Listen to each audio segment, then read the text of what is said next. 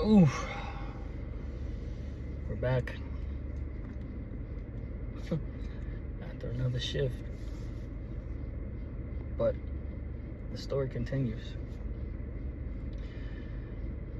There's something I've had to admit to myself here recently. A lot of the decisions I regret were not made because I didn't know better. They were made because I felt pressure. And you probably feel the same way now that I've said it out loud. And you want the pressure to stop. Pressure from uncertainty, pressure from money, pressure from work, pressure from relationships, pressure from feeling like everything depends on you and I.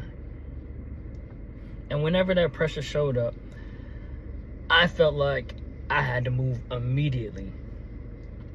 I had to fix it, say something, make a decision, force clarity in that immediate action. Or maybe it's working more hours, taking another risk, doing anything except sit still with that discomfort. For a long time, I thought that was strength. I thought being a man meant responding fast, taking control, finding solutions. But now I'm realizing that some of my biggest mistakes came from moving before I was clear. I was always responding to what was actually happening. Sometimes I was responding to what I feared might happen.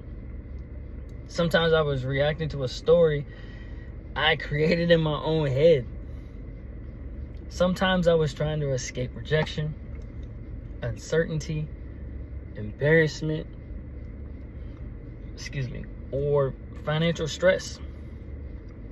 And when you're trying to escape a feeling, almost any action can feel justified in the moment. That's the dangerous part. Pressure can make a bad decision feel urgent.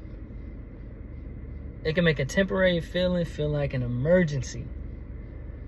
It can convince you that you have to speak right now, spend right now, trade right now, in my case, quit right now, confront somebody right now, or force an answer right now.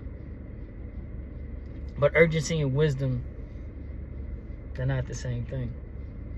Looking back, there were situations that probably would have turned out differently had I simply paused. Not ignored the problem, not avoided responsibility, just paused long enough to separate the facts from emotion.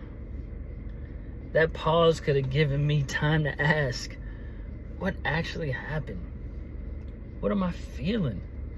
What story am I adding to this? And what choice protects tomorrow? That last question is the one I've been missing. I'm sure you probably have been too. What choice protects tomorrow? Because when pressure controls your decisions, you usually choose what gives you relief today. But relief today can create consequences tomorrow. Oh, don't I know?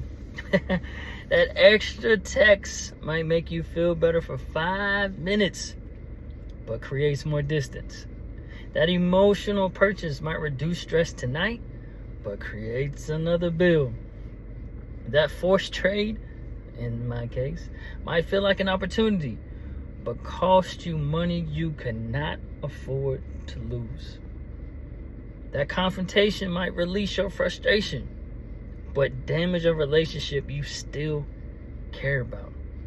That extra shift might help financially, but leave your body and mind completely depleted. I'm learning that every feeling does not require an immediate response. Every uncomfortable moment is not an emergency. And silence does not always mean I need to feel it. The truth is, I've already proven that I can endure pressure, and you have too. I've worked through it, fought through it, carried it, survived it. But endurance is not the only skill I need anymore. I need restraint. I need command over the space between what I feel and what I do. That is where the next level lies. The pause. The moment where I feel pressure but refuse to let it choose for me. So I got a new rule. No major move under pressure. When I feel rushed, rejected, angry, afraid, desperate, overwhelmed, that is not the moment to make a permanent decision. It's the moment to slow down, breathe, look at the facts, consider the consequences, and then choose the move that aligns with the man that I say I want to become. Not the move that simply makes the discomfort disappear. Because pressure will always be a part of your life. That's just how it is. Bills will come, relationships will be tested, work will become overwhelming. Plans will fail, people will disappoint me. I will disappoint myself. The goal is not to eliminate pressure. The goal is to stop handing pressure control of my next move. I can't undo the decisions I made before I started to understand this. But I can make sure the lesson changes how I move from this point forward. And maybe that is what growth really is. Not pretending that the past didn't happen, not punishing yourself forever, but learning the lesson so deeply that you stop repeating the same pattern. So from now on, this is the standard.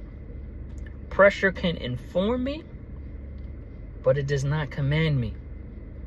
I can feel deeply and still move wisely.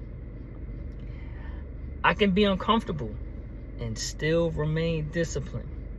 I can pause without becoming passive.